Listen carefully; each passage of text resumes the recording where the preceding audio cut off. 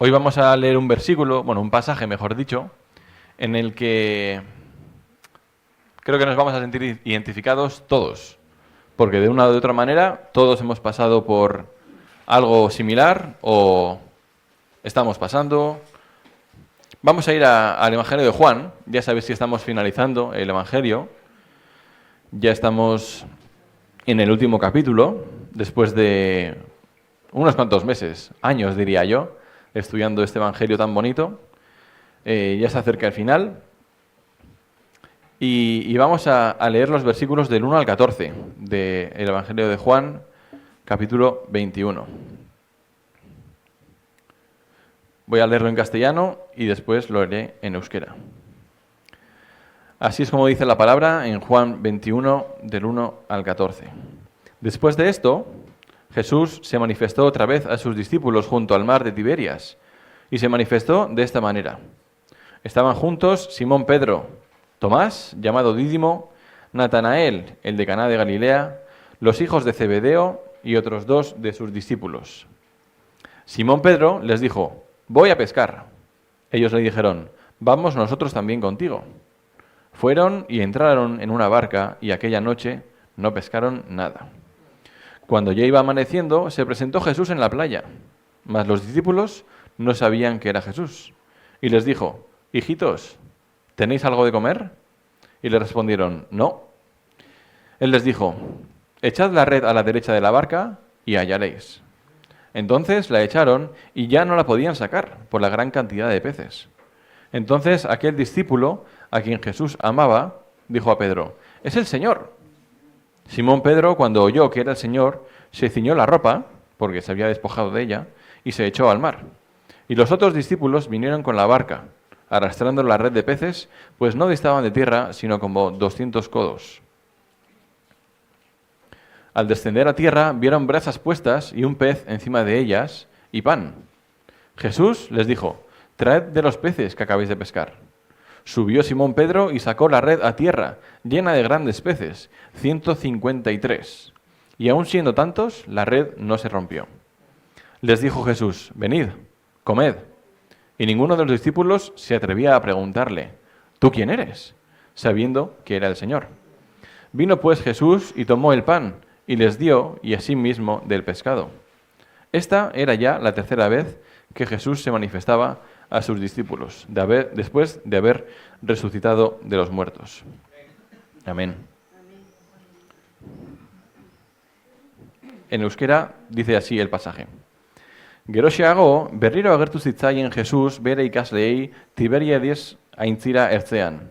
Honela gertatu zen agerpena. Elkarrekin zeuden Simón Pedro, Tomás, Bikia zeritzana, Natanael, Galileako Kanakoa, Zebedeoren semeak eta beste bi ikasle. Hortan, Simón Pedrok esan zien: «Arrantzura noa». Besteek erantzun zioten: «Zurekin goaz gu ere». Irten eta ontziratu egin ziren, baina gau hartan ez zuten ezer harrapatu. Eguna argitu zuenean, aintzira ertzean agertu zen Jesus, baina ikasleak ez ziren konturatu Jesus zela. Jesusek esan zien: «Mutilok, baduzue jatekorik?» Haiek erantzun: «Ez». Jesusek esan zien: «Bota sarea txaluparen eskuinera eta aurkituko duzue». Hala egin zuten, eta hainbeste errain harrapatu zutenez, ez ziren sarea ateratzeko gauza. Orduan Jesusek maite zuen ikasle hark esan zion Pedrori: «Jauna da!» Simón Pedrok jauna zela entzun bezain laster soinekoa jantzi, erantzia baitzuen, eta salto egin zuen uretara. Gainerako ikasleak txalupaz joan ziren, sarea arrainekin tiraka zekartela lehorretik hurbil baitziren, 100 metrora. Lehorreratzean zu txingarrak ikusi zituen, gainean arrain bat zela eta ogia. Jesusek esan zien: «Ekarri harrapatu berri dituzuen arrainetariko batzuk». Igo zen ontzira Simón Pedro eta lehorrera atera zuen sarea, 153 arrain handiz betea. Eta hainbeste izanik ere, ez zen sarea apurtu. Jesusek esan zien: «Etorri gozaltzera». Ikasleetako inor ez zen ausartzen nor zen galdetzera, ongi baitzekiten jauna zela. Orduan Jesusek hurbildurik ogia hartu eta eman egin zien, baita arraina ere.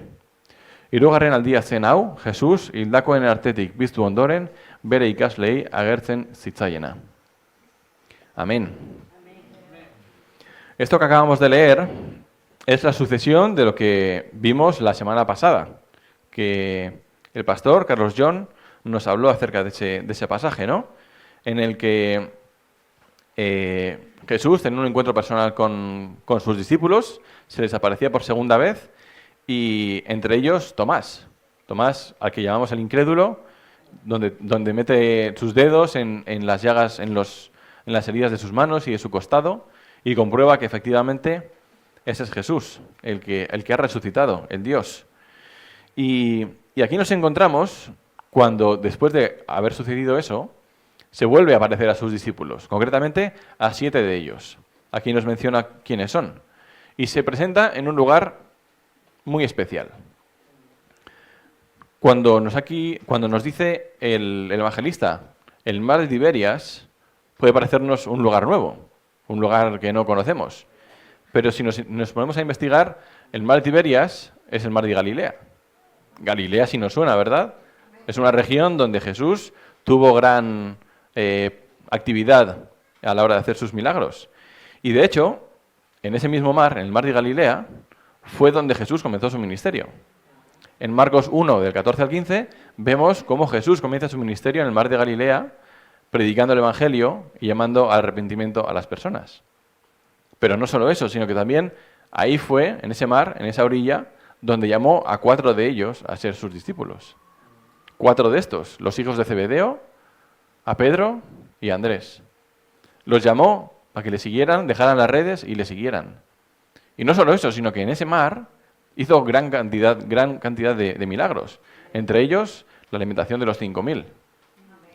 Es decir, el mar de Galilea, esta orilla donde ellos estaban ahora, tenía gran importancia, tenía un significado importante para los discípulos y para Juan. Por eso merece la pena prestar mucha atención a lo que Jesús nos enseña en este pasaje. Si eligió un lugar tan especial para esta enseñanza, es porque es importante. ¿Qué es lo que vemos cuando analizamos este texto?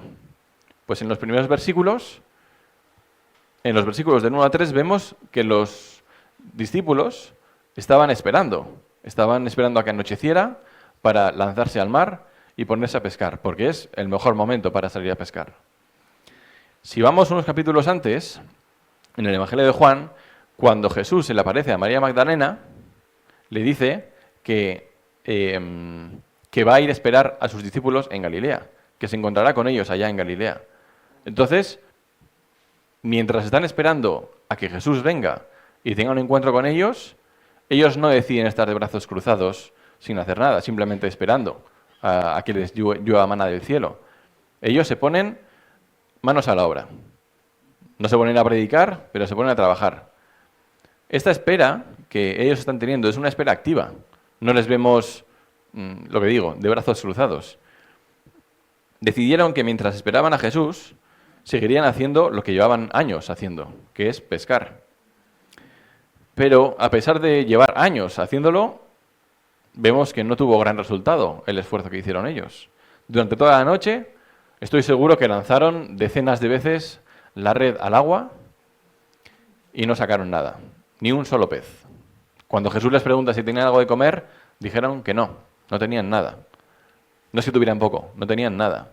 Después de una noche de trabajo, 7 hombres, 7 pescadores experimentados, no fueron capaces de sacar nada.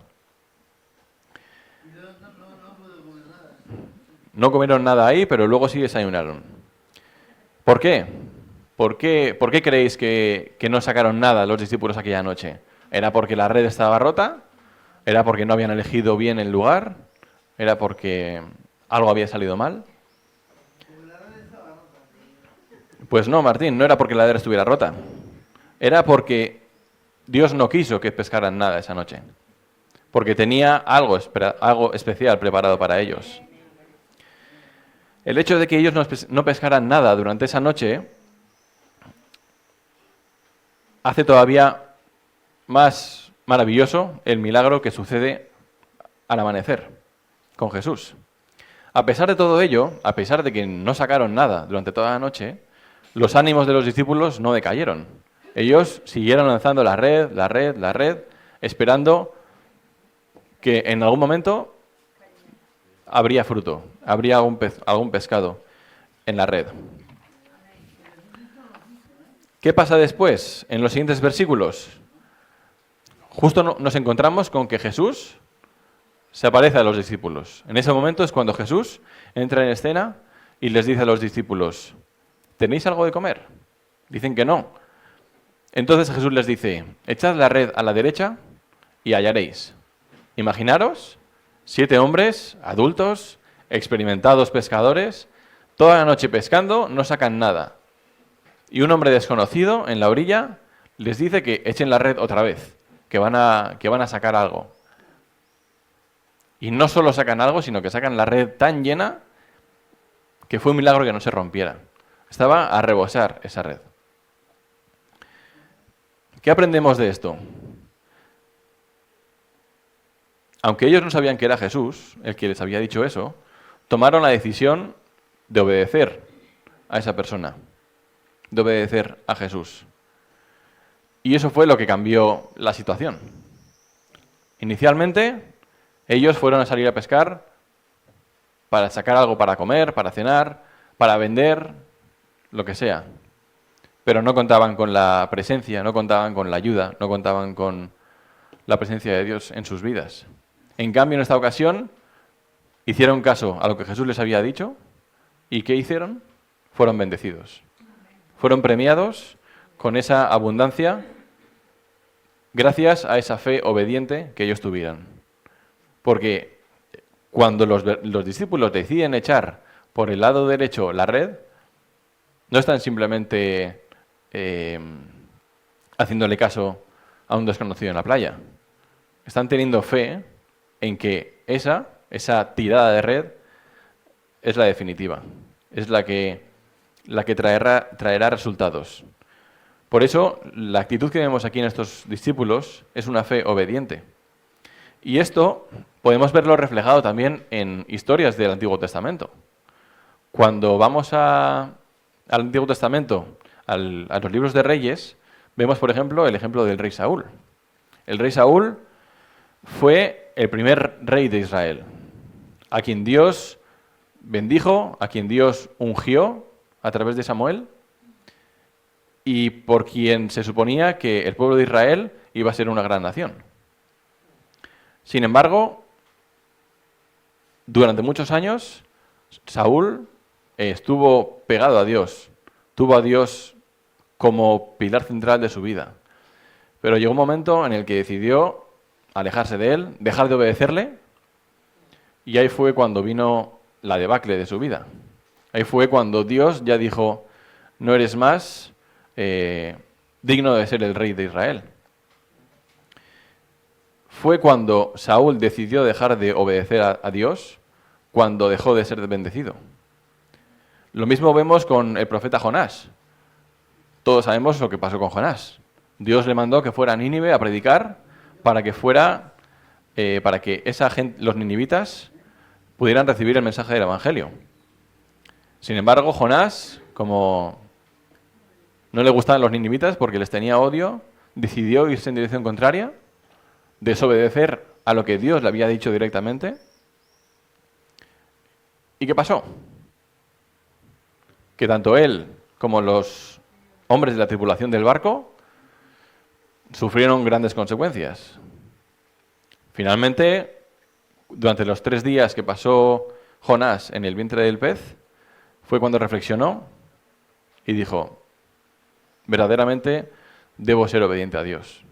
Y cuando lo fue, es cuando él y todos los ninivitas fueron grandemente bendecidos. Porque todo Nínive se arrepintió y fue salvo. Lo que vemos en estos 2 ejemplos que os acabo de mencionar, y también en el caso de los discípulos, es que cuando yo, en mi día a día, en las decisiones que parecen triviales, que parecen sin importancia, decido obedecer a Jesús, es cuando soy bendecido. Si decido hacer mi voluntad y si decido hacer lo que yo quiero, Dios no va a aprobar eso. Porque lo que estoy haciendo ahí es ser mi propio Dios.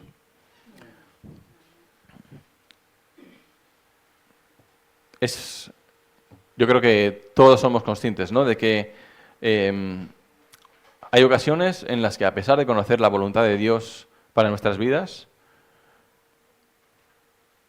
nos negamos a hacerle caso. Queremos que los planes salgan como nosotros queremos. Queremos que las cosas se hagan como yo quiero. Pero si realmente somos hijos de Dios y le hemos reconocido como nuestro Salvador, pero también como nuestro Señor, debemos someter nuestra voluntad a la suya. Debemos renunciar a lo que yo quiero para hacer lo que Él realmente quiere. Y si realmente estoy en comunión con Él, lo que yo quiero y lo que Él quiere será lo mismo.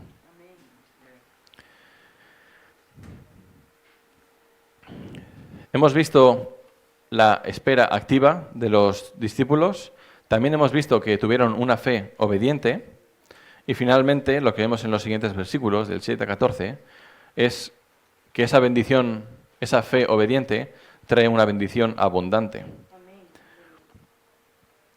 Cuando los discípulos sacaron la red después de lanzarla por última vez y sacaron la red llena de peces, no la sacaron con 5 peces, no la sacaron con los peces suficientes como para poder comer, no. La sacaron llena de grandes peces. 153, dice el evangelista. El número no es importante, lo que importa es que estaba llena la red. Saca la Biblia, Martín, y lee el número. 153. Son muchos peces. Y además pone peces de gran tamaño. Suficiente como para comer durante mucho tiempo. ¿Qué pasa cuando tú estás toda la noche intentando hacer algo? Bueno, en este caso toda la noche. Pero a lo mejor nosotros, durante semanas, durante meses, durante años, estamos insistentes intentando hacer algo porque es lo que queremos hacer, pero no contamos con la bendición de Dios y no sucede nada. Hasta que lo ponemos a manos del Señor y el Señor dice, ahora sí has aprendido lo que realmente quería que aprendieses. Y nos concede o no esa bendición, ¿no? Porque claro, ser bendecidos no quiere decir que nos conceda lo que nosotros queramos. Ser bendecidos significa que Dios nos da lo que es mejor para nosotros, que no siempre está de acuerdo con lo que nosotros queremos. El caso es que cuando los discípulos sacaron esa red llena de peces, lo que ellos pensaron no fue, ¡wow! ¡Qué llena está la red! ¿Qué dijo Juan? Es el Señor. Reconocieron inmediatamente que eso que había sucedido solamente podía venir de parte de Dios. Ese milagro que había sucedido ahí no es tan espectacular como otros que hemos visto, como la alimentación de los 5.000, la sanación de leprosos, pero es igualmente importante este milagro. Porque lo que nos enseña es que cuando contamos con Dios en nuestros planes, en nuestra vida, cuando contamos con su presencia, con su bendición, es cuando realmente somos bendecidos. Y la bendición no es lo que Dios nos da, sino contar con Dios en nuestra vida. Esa es la mayor bendición. Al igual que en este caso los discípulos estuvieron toda la noche tratando de conseguir algo y no lo consiguieron porque no contaban con Dios, el ser humano también muchas veces trata de conseguir cosas que es incapaz de conseguir por sus propios medios, de no ser por Dios. El ejemplo más claro es la salvación. Por mucho que yo intente hacer, por muchas veces que yo lance la red al mar, no voy a ser capaz de hacer nada por ser salvo, por mis propios medios. A no ser que cuente con la presencia de Dios. Que en ese caso, lo que tengo que hacer es arrepentirme de mis pecados y reconocerle como mi Señor y Salvador. Solo en ese caso es cuando sacaré la red llena de peces, cuando seré abundantemente bendecido.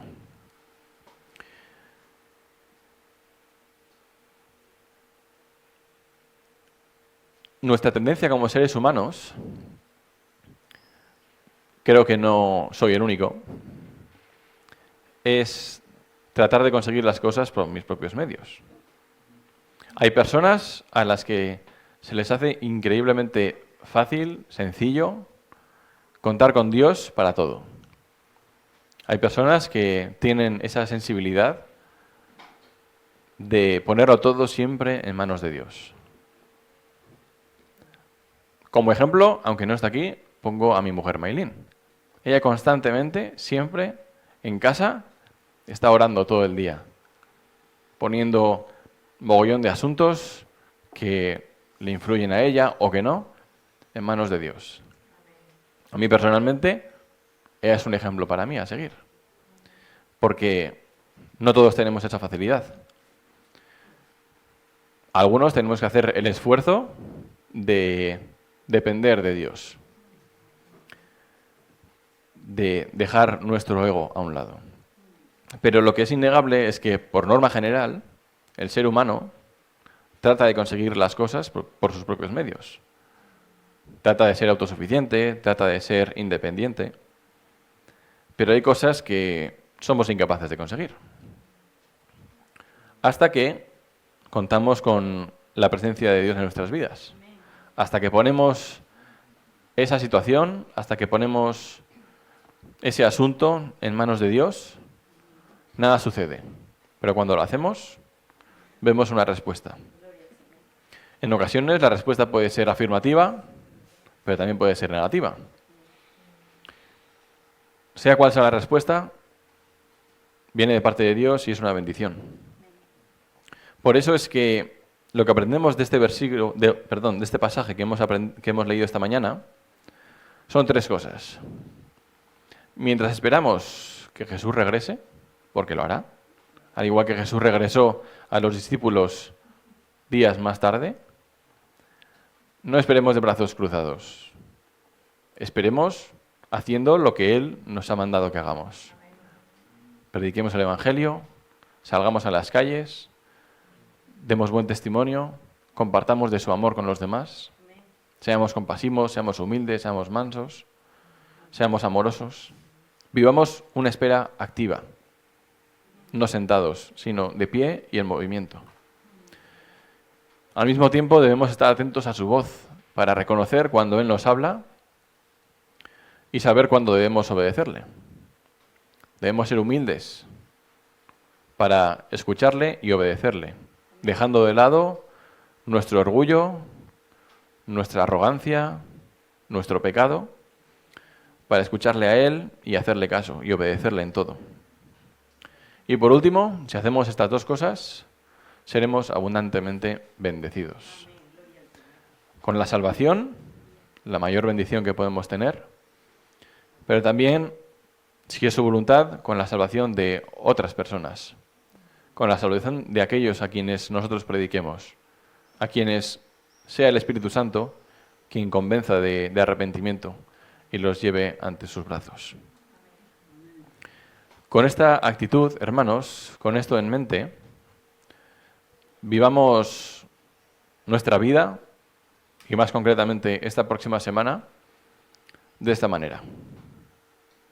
No esperemos sentados a que regrese Jesús y haga Él todo el trabajo. Hagamos nosotros el trabajo que nos ha mandado que hagamos y seremos grandemente bendecidos. Vamos a orar, hermanos. Señor, te damos muchas gracias, Padre, por tu palabra, por tu bondad, Señor, por tu gracia, por tu misericordia, por todo lo que tú nos enseñas en ella, Señor. Y, Señor, te damos gracias por contar con nosotros para llevar tu evangelio, Señor, tu buena nueva, a todos los rincones de la tierra, Señor. Ayúdanos, Padre, mientras esperamos a tu segundo regreso, a esperar de forma activa, Señor, que podamos vivir obedeciéndote, haciendo caso, Señor, a lo que tú nos has pedido que hagamos, proclamando tu evangelio, Señor, anunciando lo que tú hiciste en la cruz, Padre, anunciando ese sacrificio suficiente, perfecto y único esa sangre derramada, Señor, en la cruz del Calvario, por nuestros pecados, por nuestros errores, que solo tú, Señor, pudiste limpiar, pudiste borrar. Gracias, Señor, por acercarte a nosotros y darnos la oportunidad de acercarnos a ti, Señor. Toca nuestros corazones, Padre, para que seamos conscientes a diario del gran sacrificio que tuviste que hacer, Padre. Y ayúdanos a estar a la altura de lo que tú nos has pedido hacer, Padre. Que, Señor, seamos como estos 7 discípulos, que te obedezcamos, Señor, en todo, siendo conscientes, Padre, de que es lo mejor que podemos hacer. Gracias, Padre. En tu nombre, amén.